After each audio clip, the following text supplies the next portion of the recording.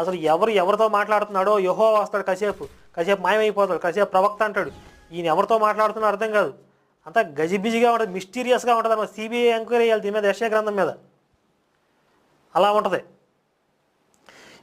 ఇంతకుముందు నేను ఒక సందర్భంలో కూడా చెప్పాను, యెషయా గ్రంథం అంతా కవిత్వం చదువుతున్నట్టుగా ఉంటుంది అని చెప్పి. కావాలంటే ఎవరైనా క్రైస్తవ బోధకులు రమ్మని చెప్తాను ఎంత గజిబిజిగా ఉంటుందో.